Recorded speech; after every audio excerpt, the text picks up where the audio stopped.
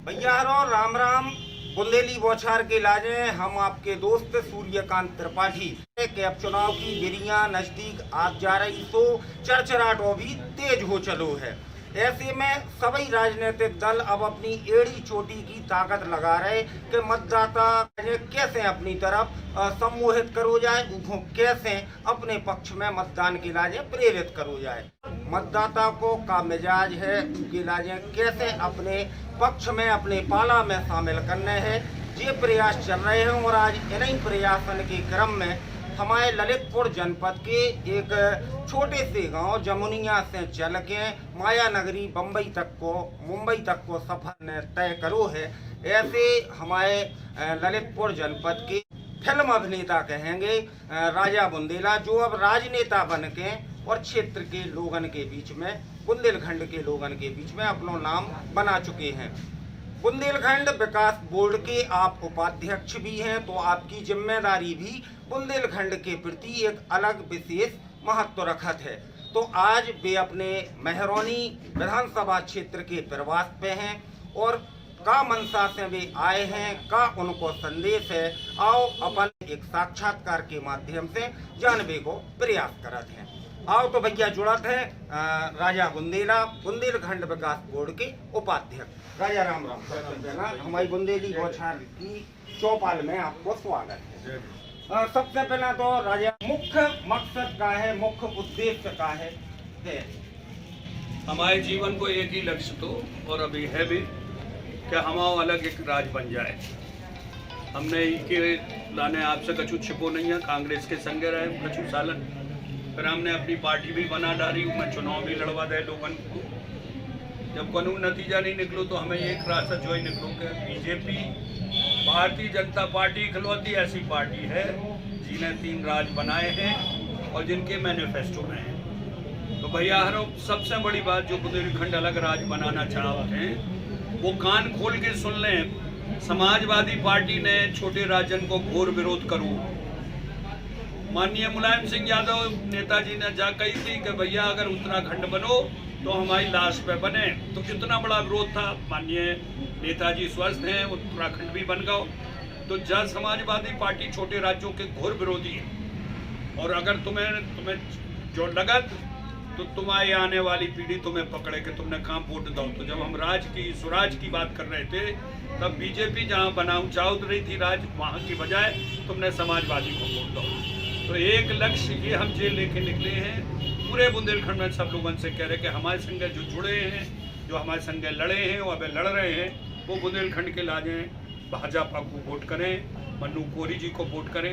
और फिर हम आपसे कह रहे आज रात में जब ये सुन लियो हमारी बात तो अपने घर में अपने घरवारी से पूछियो, मोड़ियन से पूछियो, बिटियन से, अपने बहुअन से पूछियो कि बेटा ये शौचालय में जो तुम आज जा रही हो जो की देने आए, वरना हमारी बिटिया बहू बाहर खड़ी रहती हो, जब कौन गाड़ी निकलती तो ठाणी हो जाती सलाम देने के लाने।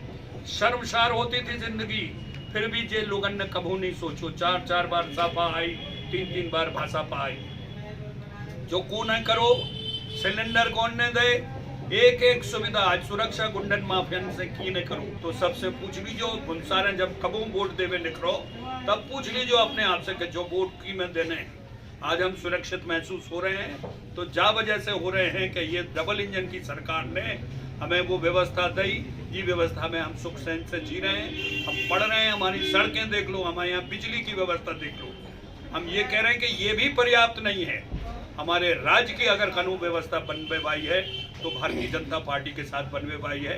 इसे हम घर घर गली गली जो राज की बात कर रहे हैं, जो स्वराज की बात कर रहे हैं, जो सुरक्षा की बात कर रहे हैं, जो रोजगार की बात कर रहे हैं, वे सब इन्हीं ने दो। इनके तक कोनो वंशवाद नहीं है, न मोदी को वंश है न योगी को वंश है।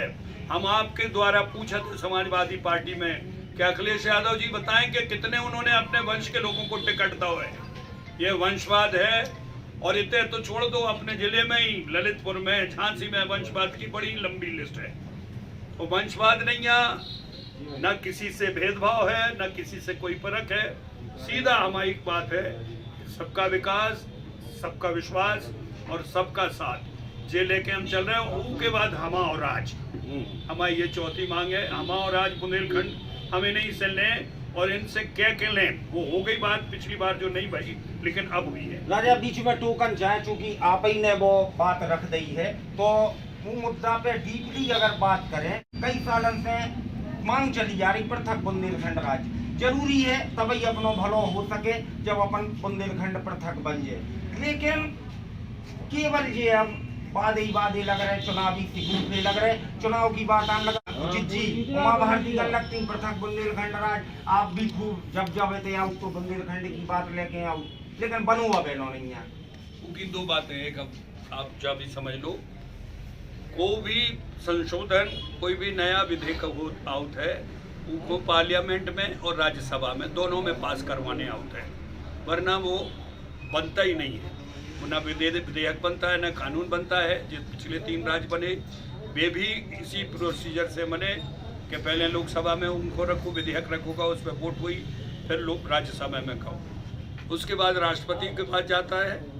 हमारी राज्यसभा में इस वक्त बहुमत नहीं है।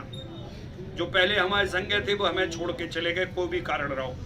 हमारे संघ थी श्रोमणी अकाली दल, वे भी चले गए। हमारे संघ शिवसेना थी, वे भी चले गए। हमारे संघ TRS थी, वे भी चले गए। चंद्रबाबू नायडू की पार्टी हार गई। ये 4 बड़ी बड़ी जो पार्टियां थी जो राज्यसभा में हमारे विधेयकों को क्लियर करती थी। आज की स्थिति में अगर आप बुंदेलखंड की बात करेंगे, बुंदेलखंड का प्रस्ताव लेके आएंगे, तो हो सकता है आप पार्लियामेंट में, लोकसभा में पास कर लें, लेकिन राज्यसभा में आप पास नहीं कर पाएंगे। तो एक तो मजाक होगा, दूसरा विधेयक आने के बाद भी हम खूनी बढ़ेंगे। तो इसलिए हम सबसे कह रहे हैं कि साहब ये राज्यसभा में जिस दिन बहुमत होगा, हम आपके संगे सबके सामने धरने पे बैठे कि लोकसभा में बहुमत, राज्यसभा में बहुमत, अब बुंदेलखंड राज्य क्यों नहीं। हमारी जब चर्चा भई तब तो ये बात भाई। दूसरी, देश में 2 साल से आप सुनिश्चित ये जानो कि कोरोना आ गओ, लोगन को रोजगार छूट गओ, जान पे बन गई। ये इतनी बड़ी महामारी कि सरकार उसे निपटे कि राज्य की बात करे। तो 2 साल तक हम कछु नहीं कर पाए, लेकिन हमारी लिखा पढ़ी चल रही है। आपके पत्रकारों मित्रों के साथ ही हम जब समय पे ये बात कह रहे हैं। और निश्चित जानो कि बुंदेलखंड की लड़ाई कहवे भर की नहीं है, धरातल पे है। जिसको हमने बसें रोक के कर लो, ट्रेनें थाम के कर लो, यात्राएं करके कर लो, मशालें, लेकिन अब ये लड़ाई कागज पे हो रही है और निरंतर इस पर भारतीय जनता पार्टी के बड़े लीडरों से हम चर्चा कर रहे हैं। चलो जमीनी लेवल पे बात करते हैं दाऊद साहब, अपने अगर इतनी लोकल की विधानसभा क्षेत्र की बात करी जाए तो कई ऐसे जमीनी मुद्दा हैं जिन पे अभी तक केवल छलावो मिलो है। जैसे उदाहरण के तौर पे, चूंकि आप बुंदेलखंड विकास बोर्ड के जिम्मेदार पद पे हो और आपके भी संज्ञान में चीजें पक्के में हुई हैं, हमारे ते वर्ल्ड बैंक की मदद से जो बांध हैं उनकी लाजें लाइनिंग को काम करने को बहुत बड़ा प्रोजेक्ट आओ तो 3-4 सालें निकल गई, लगातार काम चलत रहे। हमारे कि 3 बांधन के लाइनिंग के नहरन के काम अब तक ऐसे ही जस्त के तस्त डले और सुनवे में आ रही कि वो पैसा भी वापस जाएगा। तो का जो हम लोगों के संग छलावा नहीं है भैया, उनमें काम हो, पैसा तो आ गया है, लेकिन वो पैसा इस मद में नहीं खर्च करना पड़ा। सारे के सारा पैसा जो था वो कोरोना की बीमारी, अस्पताल, ऑक्सीजन, आपके सिलेंडर, दूसरे आपके वो वेंटिलेटर, एक बड़ी की बड़ी रकम जो आवश्यक लोगों की जान बचावे में थी उनमें लग गई। कौनों कीमत में नहीं, वो हमारे एजेंडा में है। बुंदेलखंड विकास बोर्ड के मार्च के बाद हमें आप पकड़ियो अगर वो पैसा वापस नहीं आया और काम नहीं हुआ। ये अकेले लखनपुर में नहीं हुआ, ये चित्रकूट में भाव, ये महोबा में भाव, ये सारी की सारी योजनाओं को तनक देर खिलाने, कछु दिन के लाजे मुलतवी करता हो। ऐसा नहीं कि कोई योजना को रद्द करता हो और डाइवर्ट करता हो। आपको खुश होना चाहिए लखनपुर में आपको एयरपोर्ट बन रहा हो, आपको खुश होना चाहिए देवगढ़ में आपको पूरी दुनिया के सबसे बड़ी मेडिकल जो दवाएं बनाने की फैक्ट्री फार्मा फार्मेसी बन रही है। हमें खुश होना चाहिए कि एयरएच में हमारा डिफेंस कॉरिडोर होगा। हमें खुश होना चाहिए झांसी से दिल्ली से लेके छतर खजुराहो तक हमारी 4 लेन हो गई है। तो हमें कुछ न कछु तो नहीं, बहुत कछु मिलो है, बहुत कछु बाकी है। तो 5 साल में बच्चा पैदा होता है तुरंत नहीं भगन लगा, थोड़ा चल में आओ। हम तो 5 साल में इतना दौड़ गए, दोनों गौर दे दो 5 साल तो हम 100 मीटर लगा के दिखाएं और बुंदेलखंड का विकास भी होगा। और बुंदेलखंड बहुत सारी चीज़ें जैसी हमें सीधी दिखाते हैं वैसी हैं नहीं है, उसमें बहुत सारे जो माफिया हैं। क्या आपकी बात सही है, 13,000 इधर हैं, 800 पहाड़ बांधा कबरई से चित्रकूट तक के टूटे, उनके केस चल रहे हैं। पहाड़ के पहाड़ खत्म हो गए। तो ये कोर्ट केस में है, कहूँ पे किसी पे स्टे लगा है, किसी ना कहीं लकूना फंसा के सुप्रीम कोर्ट तक चले गए हैं। धीमे धीमे ये कोर्ट केस खत्म होंगे। आप यकीन जानो, अतीक अंसारी उससे बड़े वो बांदा जेल में पड़े हैं और बाकी भाग गए हैं। और यहाँ के भी माफिया, हम कह रहे हैं, वो योगी तो कह रहे हैं बाद में कि इन 5 साल में ये माफिया बिल्कुल मिट जाएंगे। ये बड़ी जो अटरियाँ बन गई हैं, हमारी छोटी सी झोपड़ी ख़त्म करके, वो अटरियों पे भी आज नहीं तो कल नोटिस आएगा और उन पे भी ताले लगेंगे अगर उनके पास सही जवाबदेही नहीं होगी। ये निश्चित तौर पर लड़ाई लड़ी गई है। बेईमानों के साथ खड़ा होना, जो भी होगा उसको लेके उसकी सज़ा होगी। ईमानदारी से योगी जी ने दिन रात इस बात को कहा है और वो तो खुद कहते हैं कि साहब ये लड़ाई 80 बनाम 20 की है। 20 में हम लोग मुसलमान को मान रहे हैं, हम 20 में बदमाशों को मान रहे हैं। 80% ईमानदार आदमी, 20% बेईमान, जो इसको हमारे को कीड़ा लग के देश को खराब कर रहा हो। तो निश्चित जान लीजिए आप, हम आपके बीच के हैं। जो कह के जा रहे हैं चुनावी वादा नहीं है, हम भरोसा दिला रहे हैं आपको कि आप अपनी बात रखिए और याद करिए कि जो भाव है ये बुंदेलखंड में, जो भाव है मेहरौनी में, वो काई से बेहतर तो रामराज तो 2014 में जब मोदी कितनी आए थे, जो अब बुरा होगा। अब हम और अच्छे ही हो गए, दुनिया में नाम हो गया, दुनिया आज भारत को इज्जत की नजर से देखने लगी।